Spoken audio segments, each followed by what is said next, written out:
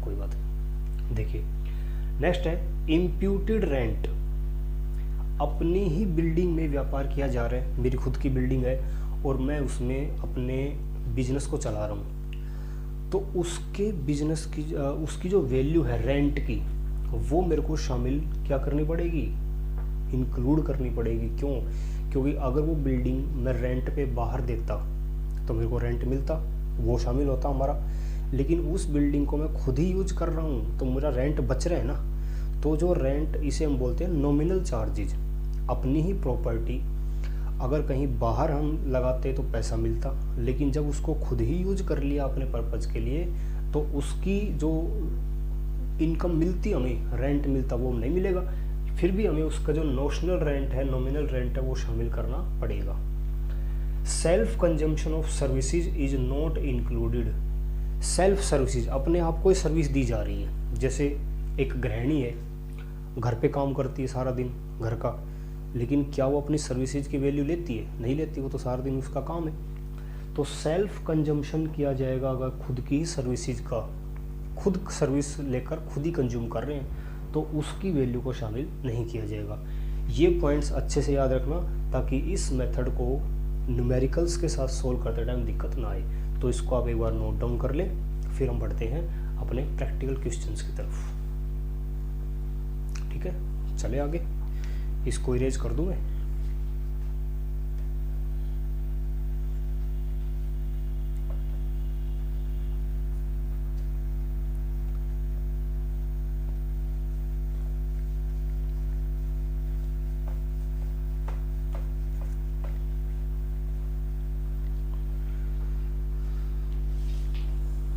अब हम देखते हैं कुछ क्वेश्चन और इस मेथड को अच्छे से समझते हैं।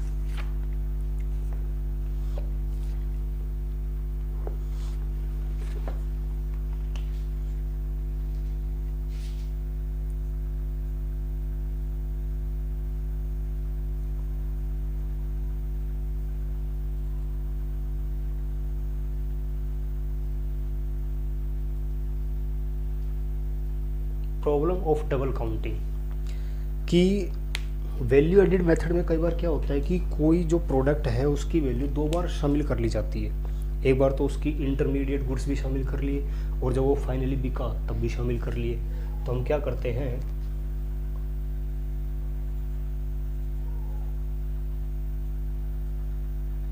Sometimes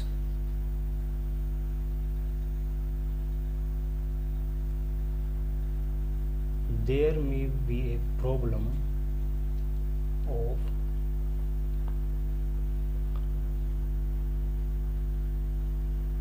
double counting of goods. For example,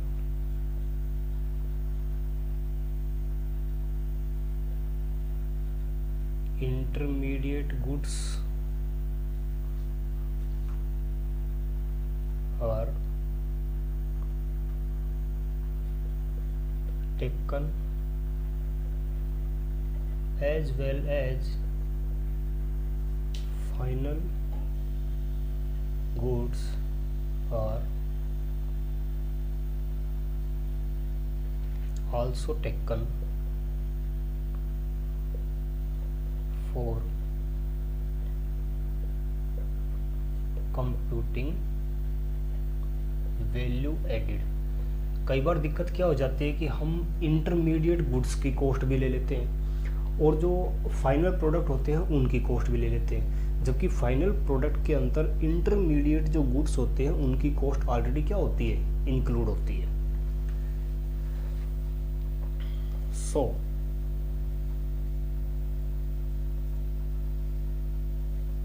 we should aware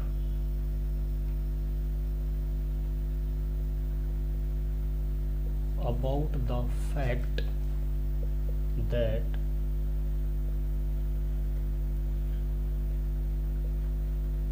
only the value of final product is taken, not of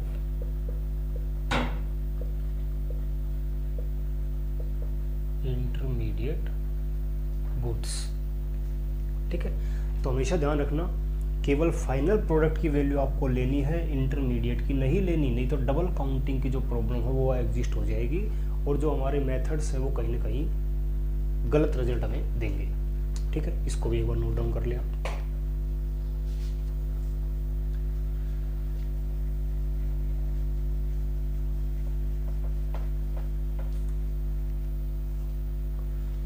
फिर हम पढ़ेंगे how to avoid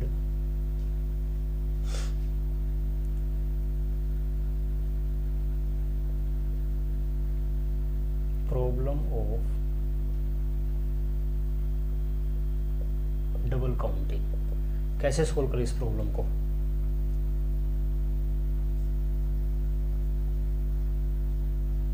there are two methods, दो मेथड है इसके लिए कि आप डबल काउंटिंग की जो प्रॉब्लम होती है उसको दूर कर सकते हैं। नंबर एक,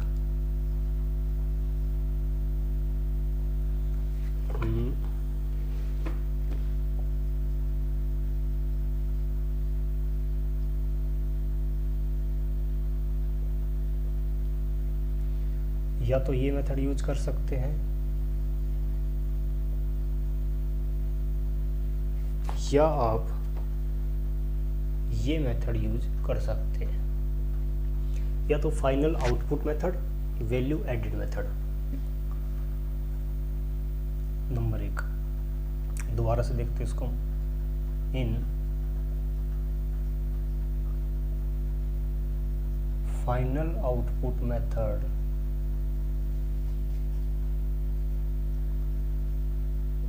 value of only final products is taken for computing national income। दूसरा, in value added method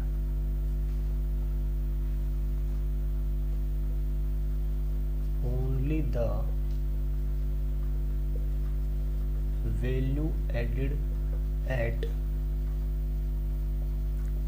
each step of sale is taken। जितनी भी स्टेज पर सेल हुई है आप उन सभी सेल्स की केवल जो वैल्यू ऐड की जा रही है उसको ले लो, तो ये मेथड हो सकता है। या फिर दूसरा मेथड है कि जो फाइनल प्रोडक्ट बना है फाइनल, आप उसकी वैल्यू ले लो, उससे भी आपकी नेशनल इनकम कैलकुलेट हो सकती है। जैसे अभी हमने एग्जांपल पढ़ा था कि या तो आप क्या करो कि ए ने जो 400, बी ने जो 700, सी ने 800, डी ने 1000 ये वैल्यू ऐड करी थी, तो या तो आप 1000 ले लो सीधा फाइनल प्रोडक्ट की वैल्यू, या आप इनके द्वारा जो वैल्यू ऐड की जा रही है 400 इसकी, 300 इसकी, 100 इसकी, 200 इसकी, तब भी आपका कितना आएगा 1000। तो जो डबल काउंटिंग की समस्या है वो क्या कहती है कि यदि हमने 7 और 4 11 और 8 19 और 10 29 इतने ले लिए, तो कहीं ना कहीं डबल काउंटिंग हो जाएगी कि उस 2900 रुपये में ये सारे शामिल है, जबकि इतने नहीं लेने, हमें सिर्फ इतने चाहिए। तो ये दो मेथड हैं जो कि डबल काउंटिंग की प्रॉब्लम को दूर करते हैं। इसे एक बार नोट कर लीजिए।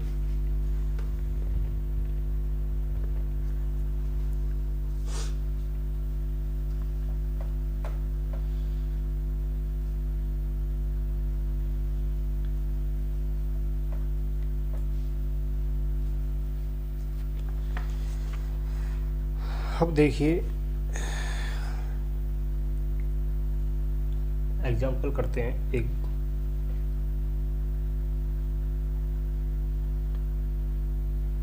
सेल्स बाई, इधर मैं लिख लेता हूँ ए, इधर मैं लिख लेता हूँ बी। ठीक, सेल्स की है, इसको मैं हटा देता हूँ, सेल्स लिख लेता हूँ डायरेक्ट यहाँ पर। सेल्स ए ने की है 100 की, बी ने की है 200 की। Purchase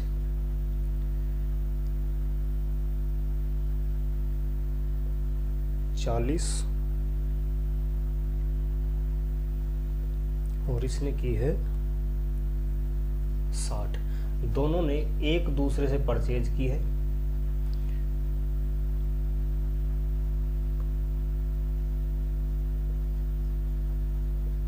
opening stock, closing stock. Opening stock है दोनों का 25 और 45। क्लोजिंग स्टॉक है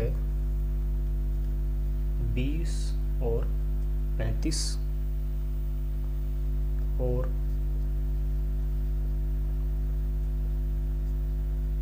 इनडायरेक्ट टैक्सेस हैं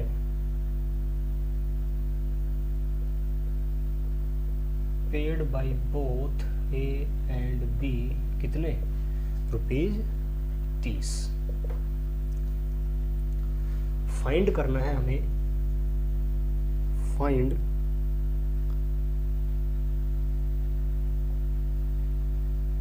value added by A and B, find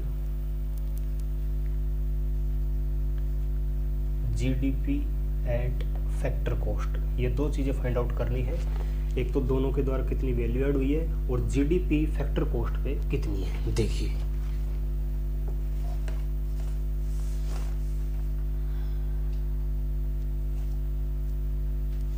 सबसे पहले हम लिखेंगे आंसर में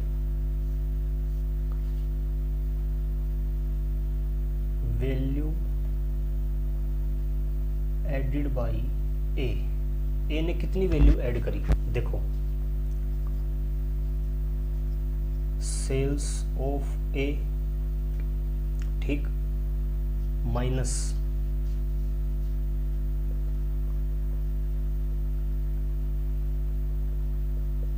इंटरमीडिएट परचेज और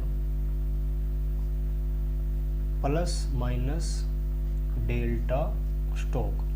भी हो सकता है कि स्टॉक हमारा प्लस का भी हो सकता है, माइनस का भी हो सकता है। सेल्स कितनी की जा रही है, तो पहले मैं यहाँ पर डेल्टा स्टॉक, चलो वो बाद में कर लेंगे। ए की सेल्स कितनी है 100। इंटरमीडिएट कंजम्पशन इसने कितने की परचेज की थी 40 रुपये की। अब देखते हैं स्टॉक क्या आता है। स्टॉक का फॉर्मूला लगता है closing minus opening, closing minus opening. तो मैं अगर इसमें प्लस करके और फिर स्टॉक की वैल्यू लिखूं 20 माइनस 25, तो इनडायरेक्टली कितना आएगा ये 100 माइनस 40 माइनस 5, क्योंकि दोनों का डिफरेंस -5 होगा। तो 45 रुपये अगर 100 में से हटाते हैं तो ए ने कितनी वैल्यू ऐड कर दी 55 रुपये। ऐसे ही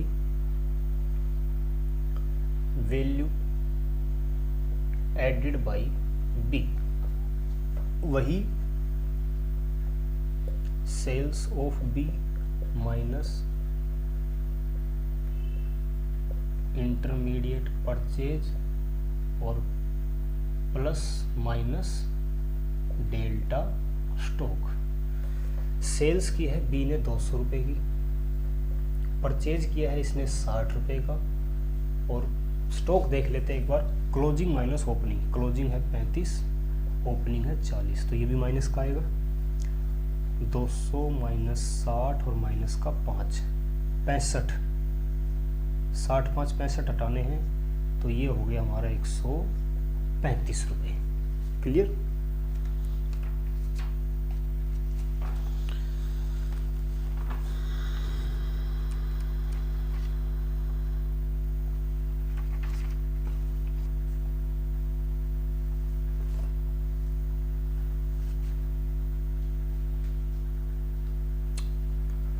ओहो, ये वैल्यू को देखो गलत ले ली हमने, ये है 45, तो ये बचेगा हमारा 10 और 70 गए तो 130।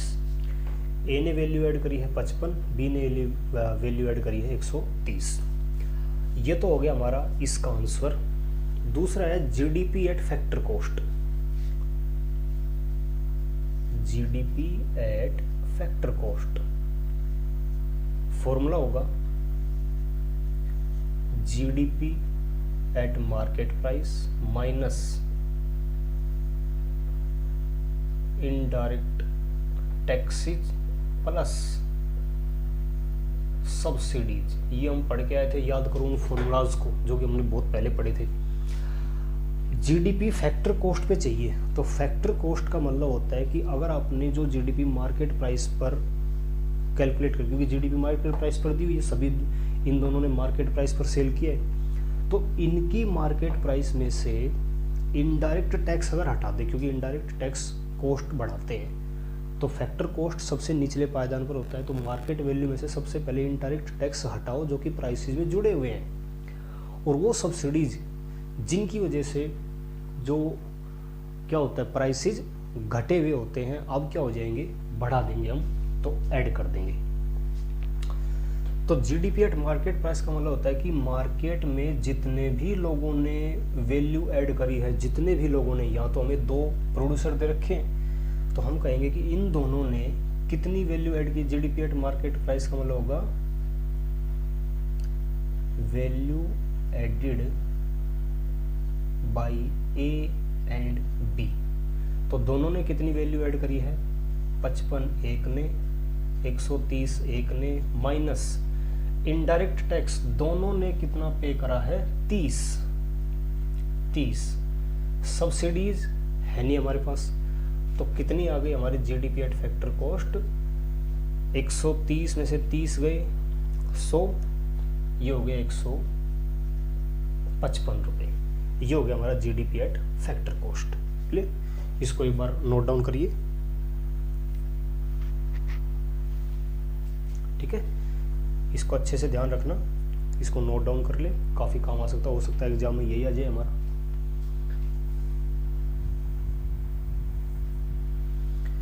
इसको मैं कर देता हूं इरेज।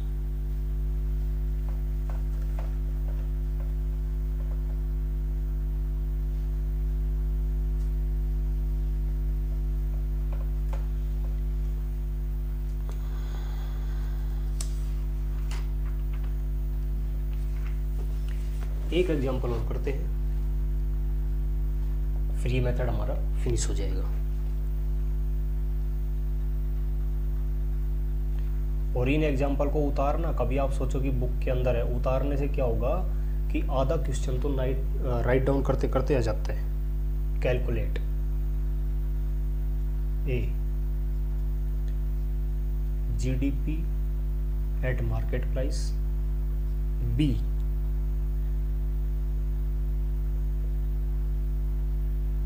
National income. देखो जीडीपी एट मार्केट प्राइस जैसे हमारे पास आ जाएगा, हम नेशनल इनकम कैसे कैलकुलेट करेंगे, इसमें जो भी हमारे रेजिडेंट्स ने कहीं पर भी इनकम कमाई है, जो एब्रोड से हमारे जो रेजिडेंट्स कमा कर लाएंगे वो तो इसमें जोड़ देंगे, और जो यहाँ पर हमारी कंट्री में जो विदेशियों ने जो आय कमाई है वो हम लेस कर देंगे, जिसे हम याद करो नाम देते थे net factor income from abroad. Abroad में हमने कितनी कमाई और विदेशियों ने हमारे यहाँ कितनी कमाई, दोनों का जो डिफरेंस होता है वो कहलाता है net factor income from abroad, जो कि जीडीपी एट मार्केट प्राइस में ऐड करते ही हमारी नेशनल इनकम आ जाती है। तो देखिए डाटा है,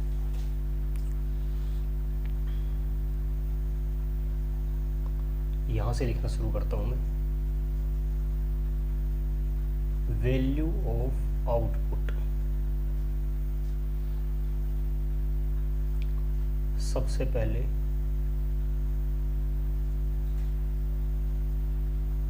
और कॉपी चेक हो गई सभी की।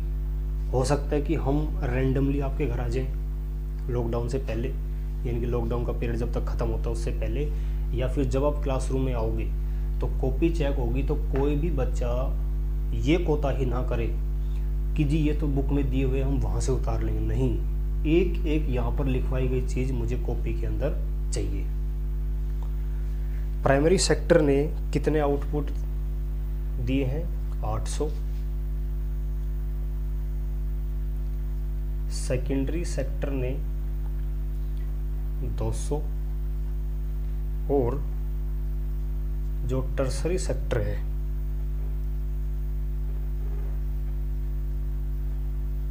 उसने आउटपुट दिए हैं 300।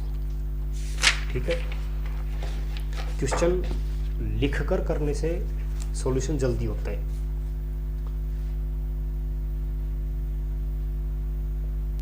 वैल्यू ऑफ इंटरमीडिएट, इन्हीं की ही वैल्यू ऑफ इंटरमीडिएट क्या क्या दी हुई है? इसकी दी हुई है 400, इसकी दी हुई है 100 और इसकी दी हुई है 50। देखो कितना बड़ा क्वेश्चन था, हमने कितना छोटा लिख दिया। ठीक है, इसके बाद बताया गया है कि indirect taxes paid by all sectors ₹50 रुपये इन तीनों ने मिलकर टैक्स चुकाया है।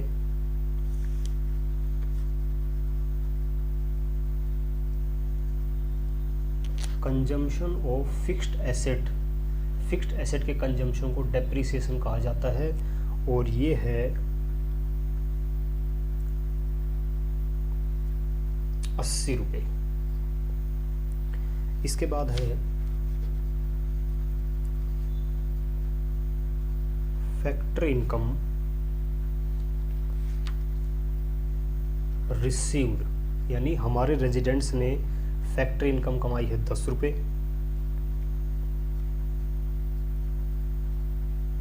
फैक्ट्री इनकम पेड, यानी हमारे देश ने, इंडिया ने यहाँ रहने वाले विदेशियों को कितनी आय दी है? 20 रुपये। सब्सिडीज रिसीव्ड, इन सभी सेक्टर्स ने मिलकर कितनी सब्सिडी कमाई है? 20 रुपये। ये हमारा क्वेश्चन है और हमें जीडीपी निकालना है मार्केट प्राइस पर और एक निकालनी है नेशनल इनकम। ठीक,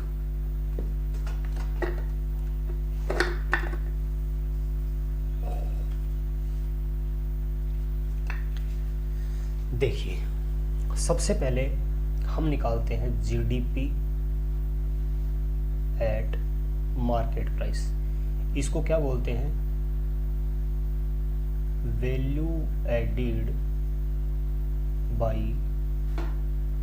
ऑल सेक्टर्स, जितने भी ये सेक्टर हैं तीनों कितनी वैल्यू ऐड करी है उसको कहा जाएगा जीडीपी एट मार्केट प्राइस। तो देखिए कि value of output of all sectors minus intermediate cost of all sectors, सभी ने मिलकर कितना आउटपुट दिया? 800, 200, 300। इतना इन्होंने सामान बेचा, इतनी इनकी कॉस्ट थी, लेस कर देंगे 400 माइनस 100 माइनस 50।